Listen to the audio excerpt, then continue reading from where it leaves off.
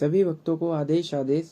जय गुरु गोरक्षनाथ। नांगे गुरु दरबार में आप सभी भक्तों का स्वागत है। आज मैं आपके सम्मुख एक नई जानकारी के साथ जुड़ा हूँ। आज मैं आपको बताऊंगा कि नवरात्रों में आप काली माता की कृपा प्राप्ति कैसे प्राप्त कर सकते हो। इसके लिए क्या विधि विधान है, कैसे आपको माता काली की पूजा अर्चना करनी है और कैसे आप माता को खुश कर सकते हो, जिससे आप माता की कृपा प्राप्ति कर सकते हो। तो सर्वप्रथम, अगर आप मेरे चैनल पे न्यू हो तो आप पहली बार चैनल को देख रहे हो तो चैनल को सब्सक्राइब लाइक ज़रूर करें और साधना संबंधी जानकारी के लिए चैनल के साथ जुड़ जाएं। तो वीडियो को पूरा अंत तक देखें और जो नियम बताए गए हैं, जो विधि विधान बताया गया है, उसके अनुसार पूजा पाठ करें। माता की कृपा आप पर जरूर बनेगी।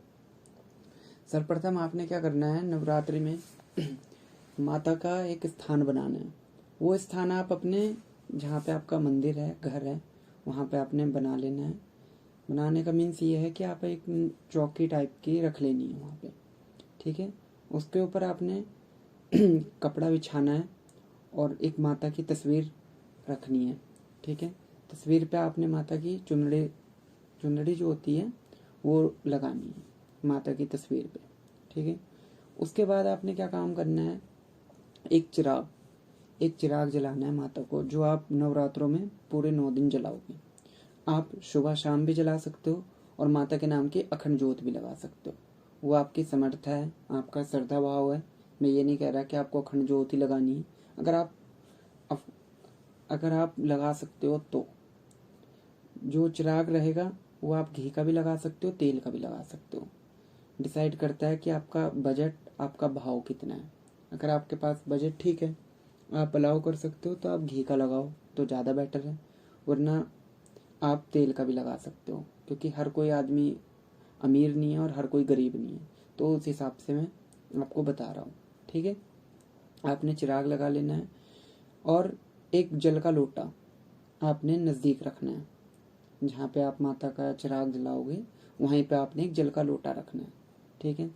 दूसरा आपने क्या काम करना है, एक माता के नाम का नारियल लोटे पर रखना है। ये दोनों लोटे अलग अलग होंगे, तो वो जो नारियल वाला रहेगा वो अलग रहेगा और ये जो खाली लोटा रहेगा ये अलग रहेगा। इस लोटे पे आपने कलश की स्थापना करनी है, ठीक है, और माता की जोत बत्ती करनी है। अब जो मंत्र आपको जपना है माता का, वो मंत्र मैं स्क्रीन पे दे रहा हूँ आपको। वो मंत्र आपने जपना है, कि मैं मुंह से बोलकर आपको नहीं बता सकता, मेरे को आदेश नहीं है। तो जो स्क्रीन पे आपको ये मंत्र लिखा हुआ नज़र आ रहा है, आपने इस मंत्र को जपना है। कितना जपना है, आपने इस मंत्र को रुद्राक्ष की माला के ऊपर, इस मंत्र को रुद्राक्ष की माला के ऊपर आपने इस मंत्र की नियमित रूप से 5, 11 या जितना आपके पास समय है, जितना आप दे सकते हो उतना आपने कंटिन्यू देना है जाप। ऐसा नहीं है कि आपने आज 5 माला जप ली और आप अगले दिन उठे आपने 10 जप ली, फिर आपने 2 जप ली। ऐसा नहीं करना है, एक सीक्वेंस में जपनी है। कहने का मतलब ये है कि जैसे कि आपने आज सुबह 5 जपी तो शाम को आप 5 जपोगे, फिर मतलब कंटिन्यू एक रूटीन बना के रखना है। ध्यान रखें, पूजा का समय जो है एक रखना। 10-5 मिनट ऊपर नीचे हो जाए तो कोई बात नहीं, पर पूजा का समय आपने एक ही रखना है। जैसे कि सुबह की पूजा आप 5 बजे दे रहे हो तो कोशिश करना कि 5 बजे ही दो। अगर 10-5 मिनट हो जाता है, 10 मिनट कम ज़्यादा चल जाता है, पर एक ही समय रखना पूजा का निर्धारित। सुबह शाम का आपने इस हिसाब से रखना है। शाम का जैसे कि आपने 6 बजे पूजा का समय रख लिया तो 6-10-5 मिनट ऊपर नीचे चल जाएगा। ये नहीं कि 6 बजे से आप 8 बजे पूजा लगा दो, कभी 7 बजे लगा दो, कभी 5 बजे लगा दो। ऐसा आपने बिल्कुल नहीं करना है। इस बात का आपको विशेष ध्यान रखना है।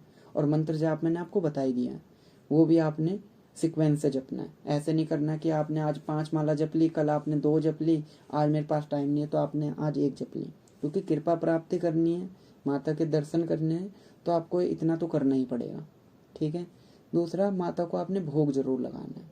भोग आप माता को हलवे का भी लगा सकते हो, लड्डू का लगा सकते हो, मिश्री का लगा सकते हो, बतासे का लगा सकते हो, जो आपको अच्छा लगता है सुटेबल सात्विक भोग, ठीक है, वो आप माता को लगा सकते हो।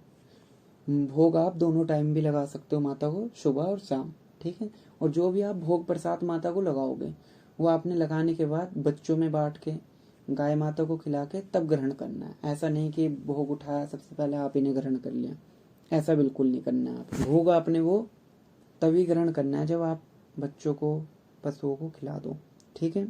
उसके बाद आपने क्या काम करना है, माता को जो भोग देना है आपने, आप माता की जोत भी कर सकते हो या माता के सम्मुख भी रख सकते हो, ठीक है। माता की जोत आप तेल से, घी से, जैसे कि आपने अगर घी का चिराग लगाया हुआ है तो घी से ही करना जोत माता की, हो सके तो घी से ही माता की जोत करना, बाकी आपके बजट के अनुसार है, ठीक है।